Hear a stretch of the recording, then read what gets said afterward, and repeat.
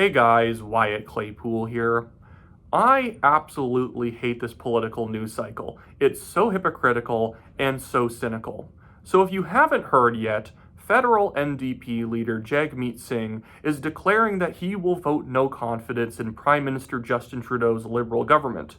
He said this a couple days after the winter break started, and there's no opportunities to vote no confidence in the Liberals until late January, giving Trudeau and Jagmeet enough time to make up for Trudeau to give him a small policy handout so then Jagmeet Singh can delay things even more. I genuinely think that's probably more likely than the NDP actually votes against the Liberal government, because even once they reconvene in January, he can always come up with an excuse that he's negotiating with the Liberals to try and get some stuff done before the election, or that Justin Trudeau wants to talk to him about some policy stuff that they can work on to protect against a future Conservative government. I guarantee something like this is going to happen.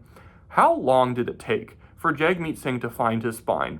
And I don't even think he's really found it. I think he's just, again, play acting. But supposedly he finally found it behind the couch, and now he's coming for Justin Trudeau's head, even though he's had every opportunity to do this before. The last no confidence vote that Pierre Poilievre and the Conservatives put up, very intelligently, was literally written using Jagmeet Singh's own words and justifications for why Justin Trudeau should not be Prime Minister and why his government is a complete failure.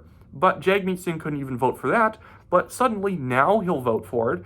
And really the reason why Jagmeet Singh is now saying he'll vote no confidence, supposedly, is just because he did so badly in the media circuit. After this leadership crisis started with Justin Trudeau, Jagmeet Singh thought he could get some easy points by going on CTV News, CBC Global, and sitting on nice couches and telling them that, he's calling for Justin Trudeau to resign, being so gormless that he didn't realize that they would probably ask him, hey, why didn't you do this before?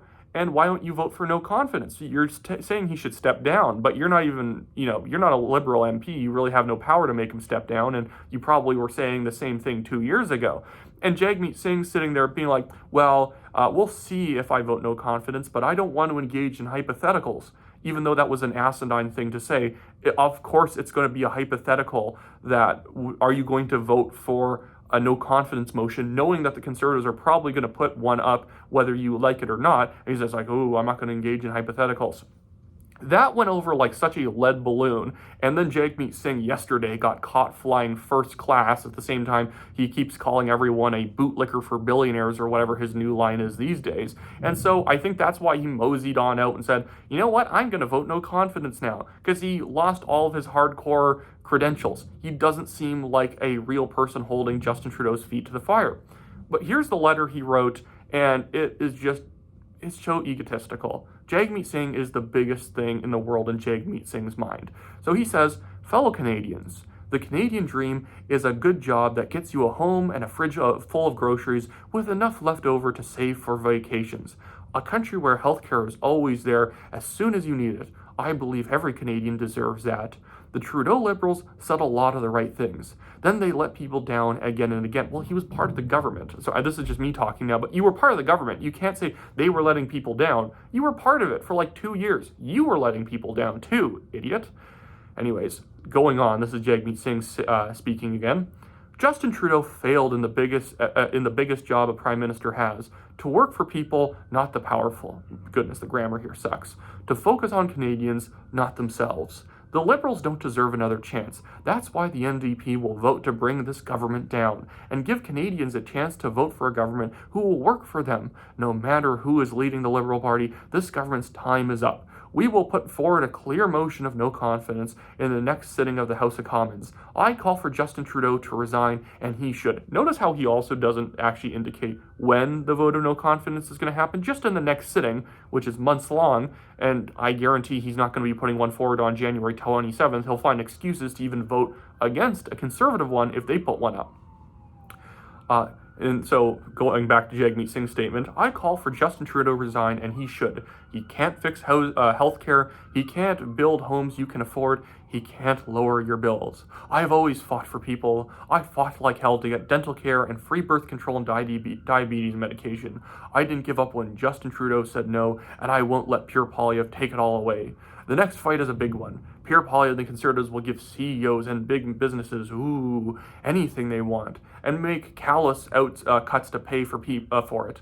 They will cut healthcare, childcare, housing, and people's pensions. Oh, are they also going to is Pierre Poilievre also going to personally push your grandmother down the stairs? Is he going to light your house on fire? All this is such stupid fear-mongering. But anyways, here's the last paragraph. Canadians can come together and build a country where we take better care of each other, a country where we create good jobs, stand up for up to the threats of Trump's tariffs, and where everyone has a chance to succeed. I will be working hard to build a movement that can win in the next election. Join me in this fight. You should have also asked people to donate $5 because the NDP is absolutely broke right now. Like, that's been like the real hidden secret behind everything that's been motivating Jagmeet Singh. I genuinely don't think that he wants the pension that badly. He's already a fairly wealthy man, and if you're only in Parliament for 6 years, your pension's actually not that big. I think his main motivation is that, again, he's a big ego. He likes being on camera. He likes sitting on the nice couch on the morning shows in the Canadian legacy media. He likes sitting on Twitch playing video games with Hassan Piker and Ilhan Omar and AOC. And if he stops being leader, which is probably going to happen after the next election, unless somehow he comes second place and then he can justify sticking around, even if it would be like a fluke second place victory for the NDP. But Jagmeet Singh's main motivator is that nobody trusts him and nobody donates. That's why he hasn't been able to have an election. They only have like a little more than 300,000, maybe it's like 400,000 these days on hand. If you know how much you can spend in individual ridings max, you can spend up to like $130,000, $150,000 in most ridings in Canada for a federal election campaign during the writ period. Right now, the NDP doesn't have enough money to max out spending in 3 ridings. That's scary, especially because they have a lot of incumbents who will need a lot of money to defend themselves, and then they would need a bigger war chest if they actually hope to pick up new ridings in Toronto or Montreal or Vancouver, places like that, where they're probably going to get wiped out anyways. And Pierre Poilievre has taken the right stance on what Jagmeet Singh is doing. Still, after all this time, after Jagmeet Singh has supposedly found his spine, it was just underneath the fridge, that he still won't commit to a solid date. It's that next session I'll put up a vote. And conveniently, even though I don't think he's doing this through his pension, conveniently this happens to line up with where his pension would be given to him. In early February, he gets qualified for his pension. Jagmeet, baby, why wouldn't you just call a no confidence vote before the end?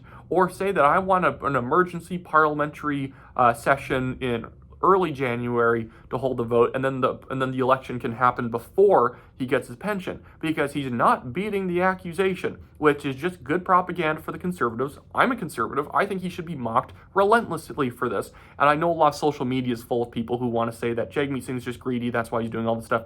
I actually don't think that Jagmeet Singh is greedy in that way. The man is already pretty wealthy. I think he's more of an ego than he is greedy, although he is wearing $14,000 watches. But again, I think that's more motivated by his ego than his need to collect shiny objects like some parrot. So the Bloc, you never know, maybe that now that Justin Trudeau is going to try and steer hard and bring the Bloc on side. He just shuffled his cabinet. It's full of a bunch of losers, people who were never given a job in cabinet before for good reason, or he's swapping people out because Anita Anand was not very good in foreign affairs and now she's international trade. They brought in Nate Erickson Smith, which is really funny because he's not even planning on running in the next election. I don't think he's actually running in for federal office again, but he's our housing minister, which is just them proving that Sean Fraser wasn't very good at his job. I know Sean resigned himself, but that was because he was not popular at all, and that he was going to lose his re-election. And now we're bringing in a guy who has no skin in the game because he's about to leave, who is a left-wing ideologue, and we're going to hope that the housing issue is going to get better. The one thing I'm actually really kind of blown away by is that Stephen Guilbeault wasn't moved. I thought Stephen Guilbeault was ripe to be moved from his environment cabinet position, because I guarantee you, considering that the Liberals used to be at 34% in the polls and now these days they're at 20%, out of that 14% loss overall, I think Stephen Guilbeault is probably in charge of 4 to 5% of that, because his crazy climate policies, his support of the carbon tax, talking down to people, and the fact that he's a past convicted criminal is a big bad look for the Liberals, but Trudeau, for some reason, likes him. I don't know why. I'm not sure if they have like a special relationship or something, the way he has like Mark Miller and some of the other people who were at his wedding party back in the day. Who knows? I don't know how Mark Miller still has his job. I guess he's not as bad as the others because at least he finally cut immigration numbers. Still not enough. I think we need to go down to 100,000 permanent residents a year, and then we need to have strict, skill tests, income tests, like means tests. You can't bring too many dependents with you, and we need a values test on top of that. And then visas, student visas as well as temporary foreign worker visas need to be slashed by 80%. And if people's visas expire, you gotta leave. There's no, I just want to reapply. Why are you kicking me out? Well, you knew you're only going to be here for 3 years. Why are you shocked that you're not allowed to stay here for longer than you agreed to stay here for? My goodness. But yeah, and Justin Trudeau and the Liberals, they're still just posting about, oh, the Conservatives are going to cut your CPP or whatever. They're going to do something bad or whatever. Again, it's like Jagmeet Singh here saying, oh, Polyev and the Conservatives are going to cut your pensions. Are they? What government in Canadian history has ever been suicidal enough to cut pensions? You might not raise pensions. I think we shouldn't be raising government spending in pretty much any department outside like the military for the next few years. Military is severely underfunded, and most of that problem could actually be just fixed by cutting DEI and shifting it towards actual military equipment and training and whatnot. But what government has ever cut pensions? I don't think Chrétien cut pensions. I don't think Ralph Klein cut pensions, because it's a stupid thing to do.